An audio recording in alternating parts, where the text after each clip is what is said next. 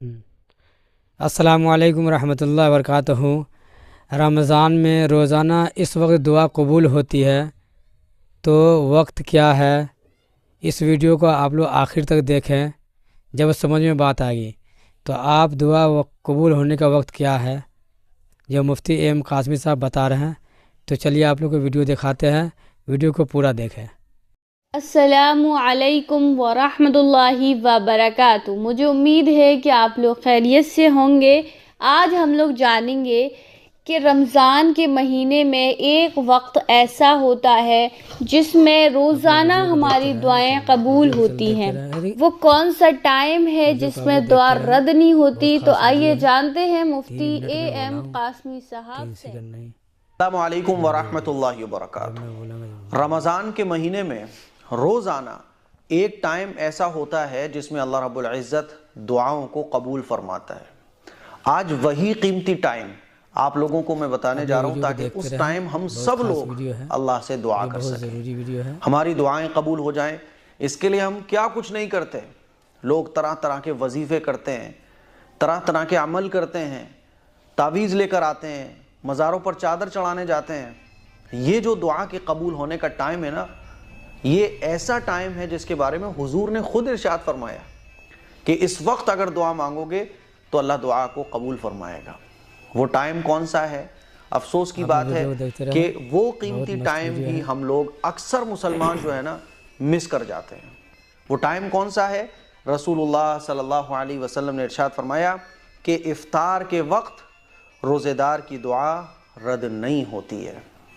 इफ्तार के वक्त जो दुआ रोज़ेदार मांगता है अल्लाह ताला उसकी दुआ को कबूल फरमाता है। मेरे अज़ीज़ भाइयों, मेरी बहनों, आप लोगों से गुजारिश है, ख़वातीन इफ्तार का टाइम किचन में लगी हुई होती हैं, इफ्तारी बना रही होती हैं। मर्द हज़रात बाज़ारों में, मार्केट में होते हैं क्योंकि काम वगैरह से वापस हो रहे होते हैं। मेरे अज़ीज़ भाइयों, मेरी बहनों, ये कीमती टाइम है, इसको मिस मत कीजिए। ये 30 दिन हमें मिल रहा है, ये रमज़ान के महीने में रोज़ाना हमें ये टाइम मिलेगा, इसको मिस मत कर दीजिएगा। दस्तरखान छोटा हो जाए चलेगा, 2-3 डिशेस कम बने चलेगा। आप जल्दी दुकान बंद करके काम से जल्दी वापस आ जाओगे, 100-200 रुपये का नुकसान चलेगा। लेकिन ये कीमती वक्त जिसमें अल्लाह रब्बुल इज़्ज़त का वादा है कि इस वक्त में अगर तुम हाथ उठाओ तो मैं कबूल करूँगा, तुम्हारी दुआ रद्द नहीं होगी। हुजूर ने इरशाद फरमाया, हुजूर अलैहिस्सलातु वस्सलाम सच्चे, हुजूर की बात सच्ची, हुजूर ने जो कुछ कहा है वो बिल्कुल बरहक है। अब मुझे बताओ, कोई वजीफ़ा करने की ज़रूरत पड़ेगी दुआ के कबूल कराने के लिए? कोई मज़ार पे चादर चढ़ाने की ज़रूरत पड़ेगी दुआ कबूल कराने के लिए? कोई तावीज़ लाने की ज़रूरत पड़ेगी? नहीं पड़ेगी, क्योंकि हुजूर ने हमें अमल बता दिया, वो टाइम बता दिया हुजूर ने कि ये टाइम है जिसमें अगर तुम हाथ उठाओगे, रोज़ेदार जिसमें हाथ उठाकर अल्लाह से कुछ मांगेगा तो अल्लाह ताला उसकी दुआ को रद्द नहीं फरमाएगा, उसकी दुआ को कबूल फरमाएगा।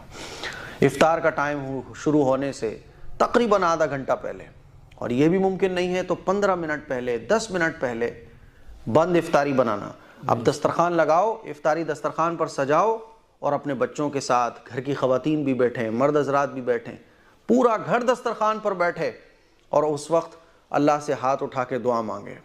और इस हदीस को सामने रखते हुए मांगे कि नबी का इरशाद है कि इफ्तार के वक्त रोज़ेदार जो दुआ मांगता है अल्लाह उसको रद्द नहीं फरमाता, उसको कबूल फरमाता है। अब मुझे बताओ कि घर के मर्द भी दुआ मांग रहे हैं, ख़वातीन भी दुआ मांग रही हैं, छोटे छोटे मासूम बच्चे भी हाथ उठा के दुआ मांग रहे हैं। अल्लाह को प्यार आएगा कि नहीं आएगा? अल्लाह दुआ कबूल फरमाएगा, अल्लाह उस घर में रहमतें दाखिल फरमाएगा, अल्लाह उस घर को जो है ना तमाम शुरूर व फितन से महफूज रखेगा।